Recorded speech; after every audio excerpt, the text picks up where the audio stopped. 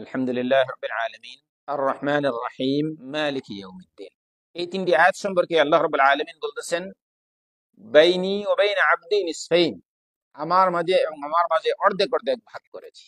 তাহলে 3 আর 3 6, তাহলে প্রথম 3 আয়াত লিল্লাহ, আল্লাহ রাব্বুল আলামিনের জন্য। আমরা তাই দেখতে পাই। আলহামদুলিল্লাহ রাব্বিল আলামিন, আল্লাহর প্রশংসা। আর রহমানির রহিম, আল্লাহর প্রশংসা। মালিকি ইয়াউমিদ্দিন, আল্লাহ রাব্বুল আলামিনের প্রশংসা।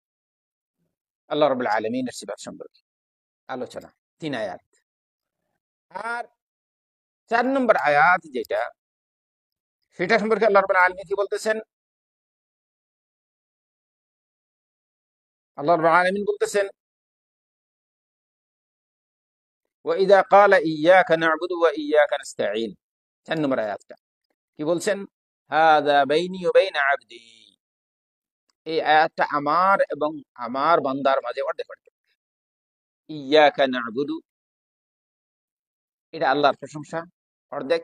ওয়া ইয়্যাকা নাস্তাঈন, আর বান্দা দ্বিতীয় অংশে বলতেছে যে আল্লাহ, আমি তোমারই ইবাদত করি।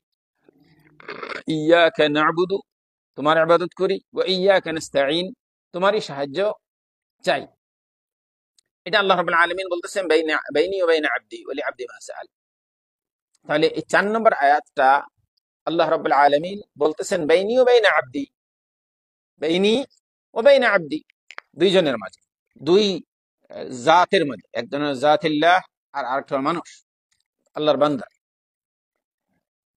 ওয়া ইযা ক্বাল ইহদিনাস সিরাতাল মুস্তাকিম সিরাতাল্লাযীনা আন'আমতা আলাইহিম গায়রিল মাগদুবি আলাইহিম ওয়ালাদ-দাল্লিন। এই অংশ, এখানে কিন্তু আমরা মুসহাফে দুটি আয়াতই দেখতে পাই। মুসহাফে যে আয়াতের বিন্যাস যেটা করা হয়েছে সেটাতে এইভাবে ইহদিনাস সিরাতাল মুস্তাকিম, এখানে একটি আয়াত, সিরাতাল্লাযীনা আন'আমতা আলাইহিম গায়রিল মাগদুবি আলাইহিম ওয়ালাদ-দাল্লিন, এই পর্যন্ত একটি আয়াত, মাঝখানে আয়াত। কিন্তু শেখ ইবনে উসাইমিন রাহিমাহুল্লাহ তিনি এই হাদিসের আলোকে বলতেছেন যে প্রথম, যেহেতু আল্লাহ রাব্বুল আলামিন বলতেছেন বাইনি ওয়া বাইনা আবদি নিসফাইন, আমার বান্দা, আমার এবং আমার বান্দার মাঝে অর্ধেক অর্ধেক ভাগ করা হয়েছে, তাহলে প্রথম 3 আয়াত তো আল্লাহ রাব্বুল আলামিনের হকে পেলাম আমরা। আর মাঝখানের আয়াতটা আল্লাহ রাব্বুল আলামিন বলতেছেন যে এই আয়াতটিকে আমি ভাগ করেছি অর্ধেক আমার, অর্ধেক আমার বান্দাদের। তাহলে এই 4 নম্বর আয়াতটা অর্ধেক অর্ধেক হয়ে গেল। তাহলে বাকি থাকলো আর কয় আয়াত? বাকি থাকলো আরো 3 আয়াত, তাহলেই অর্ধেক অর্ধেক হচ্ছে।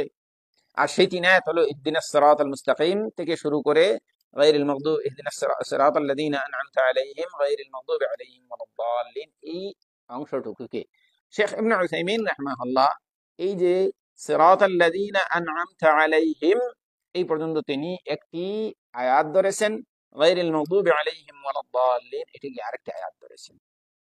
তিনি বলতেছেন এইভাবেই যে সূরা ফাতিহা এইভাবেই ভাগ হলো, এতে করে বিসমিল্লাহ যে সূরা ফাতিহার আয়াত নয় সেটা প্রমাণিত হলো।